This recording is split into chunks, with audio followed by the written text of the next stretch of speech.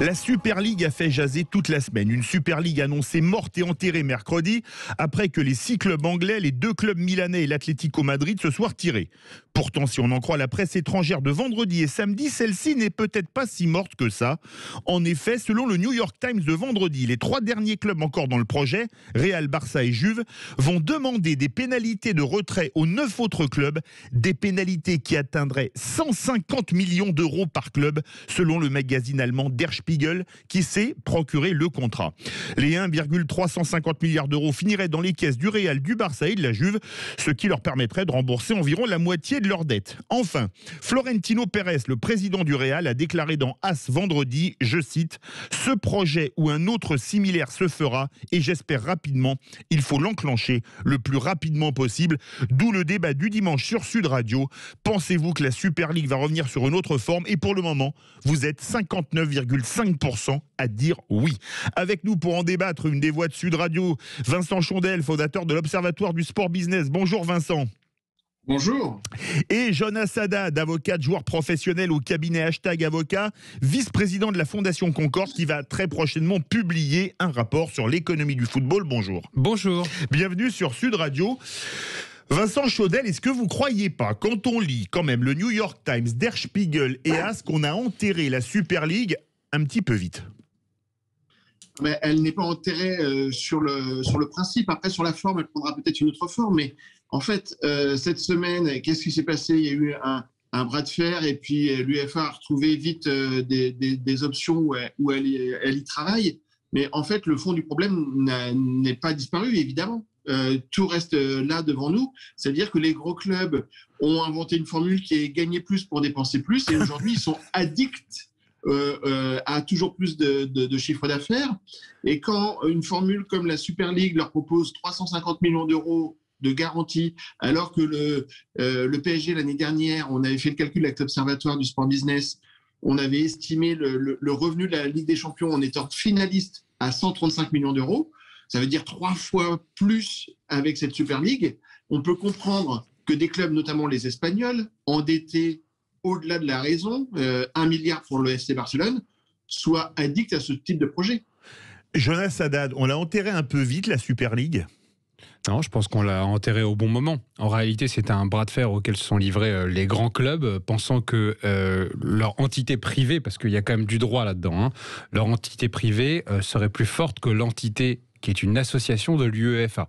Je rappelle juste, les gens l'ont peut-être oublié, le président de l'UEFA est un juriste. Tcheferine. Voilà, et donc en fait, il a très bien analysé les enjeux juridiques par rapport à ça, même s'il y a des enjeux financiers. Et évidemment, on voit bien que les clubs qui ne se sont pas retirés de la Super League vont essayer de récupérer les sous, mais en réalité pour pouvoir payer également l'amende qui est donnée par l'UEFA. Donc je rappelle pour nos auditeurs que depuis janvier, lorsque vous êtes un club qui est affilié à l'UEFA et que vous participez à une compétition qui est autonome et privée et qui n'est pas rattachée à l'UEFA, automatiquement vous êtes exclu de l'UEFA, mais également vous devez payer des amendes. De même les joueurs, puisqu'on parlait tout à l'heure des joueurs professionnels, tout joueur professionnel... Et vous êtes avocat de joueur professionnel. Voilà, donc tout joueur professionnel qui participerait à ce genre de compétition, eh bien en réalité serait sanctionné et ne pourrait pas jouer des compétitions type Euro. Donc vous imaginez par exemple Griezmann avec le Barça... Oui. Qui ne jouerait pas. Ronaldo avec la Juventus. Ronaldo qui ne jouerait pas. Voilà, avec le Portugal. Enfin, on peut démultiplier les exemples. Donc en fait, il y a cette situation et puis il y a le contexte. Dans le contexte Covid, il faut qu'on le dise à nos auditeurs. En réalité, il y a certains clubs qui aujourd'hui essayent de renégocier à la baisse la rémunération des joueurs parce qu'ils ont du mal, parce qu'ils sont endettés, parce que les 3 piliers qui sont dans le foot aujourd'hui, c'est-à-dire les entrées dans les stades, les droits télé avec le fiasco Mediapro, oui. Et d'un autre côté les transferts de joueurs, sur ces 3 piliers ils sont en difficulté. Donc à un moment leur masse salariale, c'est-à-dire les salaires doivent baisser des joueurs. Donc les joueurs se sont vraiment planqués en disant bah écoutez, nous on va quand même pas rentrer dans ce truc là parce que si en plus on peut même plus jouer les compétitions internationales, on peut pas aller sur la Super League. Ce qui fait qu'en réalité les clubs ont mal joué parce qu'ils ont joué sans le soutien des joueurs et sans le soutien des supporters. Donc pour moi, c'est mort. Vincent Chondel, justement, on va parler gros sous, parce qu'on aime bien en parler dans l'Observatoire du Sport Business. Les 150 millions d'euros, c'est le Der Spiegel qui le dit, c'est pas moi. qui devrait être payé par les 9 clubs qui se sont retirés aux 3 autres. Est-ce que pour vous, c'est faisable? Alors quand on voit déjà leur dette, rajouter 150 millions d'euros de pénalité, il va falloir qu'ils parlent avec leurs banquiers. Ça dépend. Si on parle des Anglais, les 150 millions d'euros, ils seront en capacité de le faire. Vu les droits télé. Après, oui, bien sûr. Mais après, si on parle aussi des sanctions évoquées là à l'instant, les sanctions n'existeront que quand les clubs auront réalisé la compétition. On ne peut pas sanctionner par anticipation. On ne peut pas sanctionner des joueurs salariés de clubs aujourd'hui qui se déclareraient aller vers cette compétition. Les sanctionner dès cet été, par exemple, pour l'Euro ou pour la Coupe du Monde suivante, c'est pas concevable. Donc les sanctions, elles sont réelles et ils les annoncent, mais elles ne sont pas opérantes tout de suite. Et après, il faudra voir si juridiquement elles tiennent. Donc aujourd'hui, en fait, ce qui se passe, c'est que on a bien compris qu'en Espagne, ils étaient addicts à ce sujet-là et que c'était quasiment leur seule porte de sortie. Tout simplement, pourquoi ? Parce que le Real et le Barça n'ont pas de propriétaires avec une surface financière importante. Ils ne peuvent pas demander à leurs propriétaires d'abonder en compte courant, donc ils ont des socios.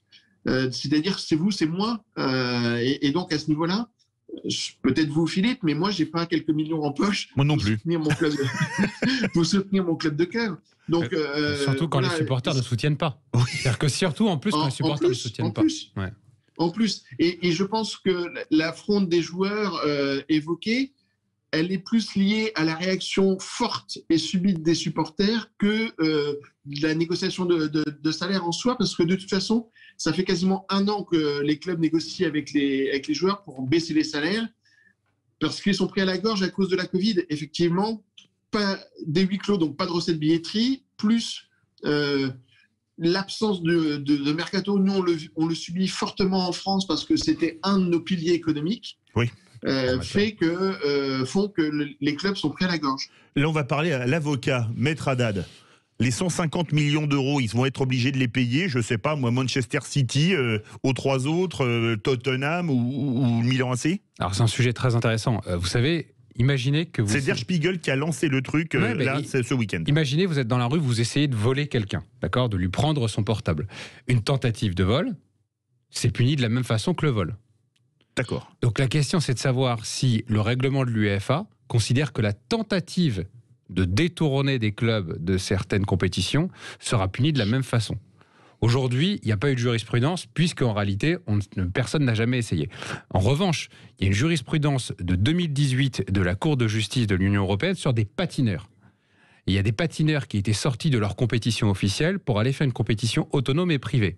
Ils ont été sanctionnés par l'Union européenne du patinage, sont allés devant la Cour européenne et ils ont gagné parce qu'on a dit qu'ils avaient la liberté de s'inscrire dans la compétition de ce qu'ils voulaient. Donc la jurisprudence considérait plutôt qu'il n'y aurait pas de sanctions contre les clubs en question et contre les joueurs, mais en revanche, le règlement de l'UEFA, lui, considère qu'il y en aurait. Donc je pense qu'en fait, ça donnerait lieu à un contentieux massif. Et surtout, vu que les enjeux sont importants, moi je pense que les clubs iraient jusqu'au contentieux. Ou alors, ils diraient, on arrête le contentieux et on négocie pour que votre sanction, elle soit beaucoup moins importante. Qu'est-ce que vous en pensez, Vincent Chaudel ? Les 3 derniers jusqu'au boutiste, on va les appeler, hein, Real, Barça, Juventus, est-ce qu'ils sont capables d'aller au clash avec l'UEFA ? Et comme vous le disiez tous les deux, quand on s'appelle Griezmann, Ronaldo ou je sais pas moi, Courtois, on a envie de jouer l'Euro, on a envie de jouer la Coupe du Monde. Et donc dans ces cas-là, on dit, écoutez, je termine, je demande mon transfert.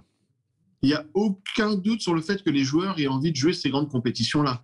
Maintenant, en fait, soit on arrive à trouver un terrain d'entente, soit c'est la politique de la terre brûlée, parce que l'UEFA qui se priverait de tels joueurs pour l'Euro, la FIFA qui se priverait de tels joueurs pour la Coupe du Monde, se ferait du mal à elle-même également, puisqu'elle dévaluerait ses propres produits, ses propres compétitions.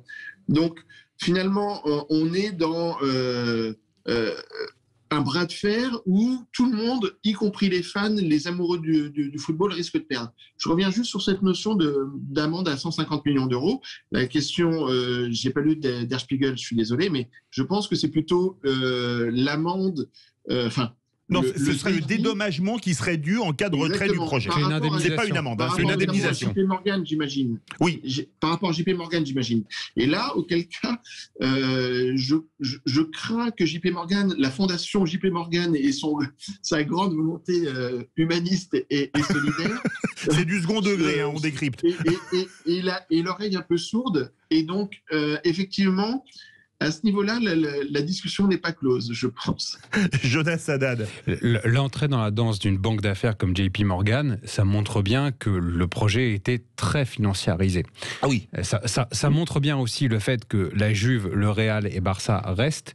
C'est que leur capacité de ce qu'on appelle de fonds propres est totalement exsangue aujourd'hui. Alors, je donne la dette, si vous voulez, des 3 clubs. Le Barça, 1,173 milliard d'euros. Le Real, 901 millions d'euros et 458 millions d'euros pour la Juve à fin 2020. Mais justement, c'est très intéressant, c'est qu'aujourd'hui, tous les fans de foot, jusqu'à il y a peu, considéraient que le Real, le Barça, la Juve même étaient parmi les meilleurs clubs du monde.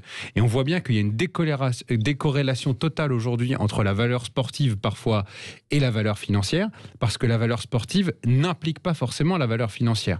Et quand vous êtes sur un train de vie ou alors un endettement qui est très important et que derrière vous n'avez pas des supports qui sont illimités, on peut le dire entre nous. Le Qatar, c'est illimité. Le Qatar, c'est un État. Les Donc, Émirats pour le City, c'est illimité. Faut que les gens comprennent qu'en fait, en matière financière, ce qui est important, c'est la signature de la personne qui est derrière. Donc quand on sait que la personne derrière a des milliards en stock, il n'y a aucune problématique, les banques prêtent.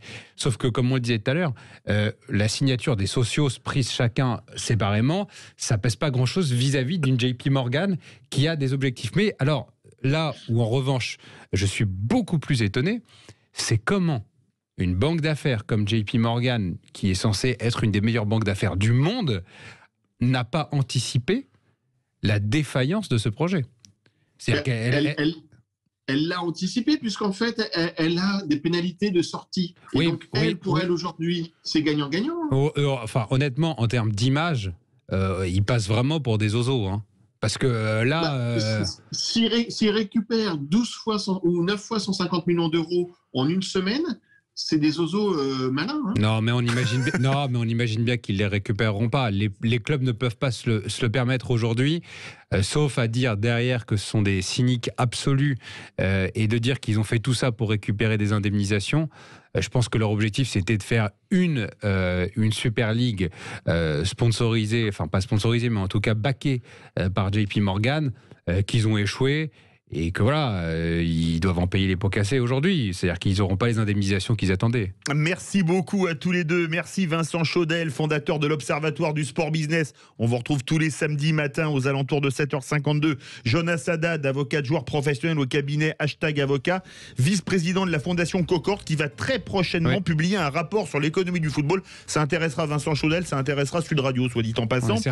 Et vous voulez le verdict, ça a bougé. On était à 59,5% qui disiez sur Twitter que pour vous, la Super League allait revenir sous une autre forme. Et bien maintenant, vous êtes 60,6%.